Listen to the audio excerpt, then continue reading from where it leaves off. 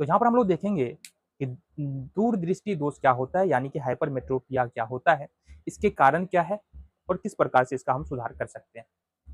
तो दूरदृष्टि दोष आंखों का एक दोष है, जिसमें होता यह है कि दूर की वस्तु हमको साफ दिखता है, लेकिन नजदीक की वस्तु हमको साफ साफ नहीं दिखता है। ठीक है, अब इसमें होता क्या है, फिर से हमको समझना पड़ेगा। हमारे आंखों का एक दूर बिंदु होता है, मतलब वह बिंदु जहां तक हमारी आंख कितनी दूर तक देख सकता है उसको दूर बिंदु कहते हैं, और ये अनंत होता है।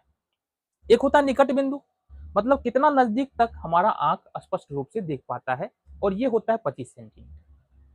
अब होता यह है, इस दोष में होता यह है कि हमारा निकट बिंदु सपोज यहां पर था, ठीक है, तो प्रतिबिंब हमारा बना यहां पर, मतलब रेटिना के बाहर प्रतिबिंब बन रहा है, तो इस स्थिति में वस्तु को तो देख नहीं पाएंगे।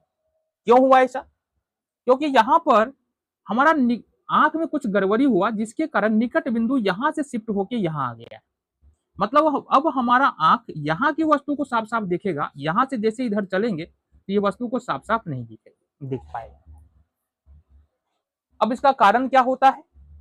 इसके कारण की अगर बात करेंगे तो नेत्र गोलक, जैसा कि दिख रहा है ना, नेत्र गोलक का छोटा हो जाना, या फिर नेत्र लेंस का आवश्यकता से अधिक पतला हो जाना, जिससे नेत्र लेंस की फोकस दूरी बढ़ जाती है। नेत्र लेंस पतला होगा, फोकस दूरी बढ़ जाएगी, और फोकस दूरी बढ़ जाएगी तो यहाँ पर नजदीक की वस्तु को हम लोग नहीं देख पाएंगे सही से। दो कारण हो गया, ठीक है।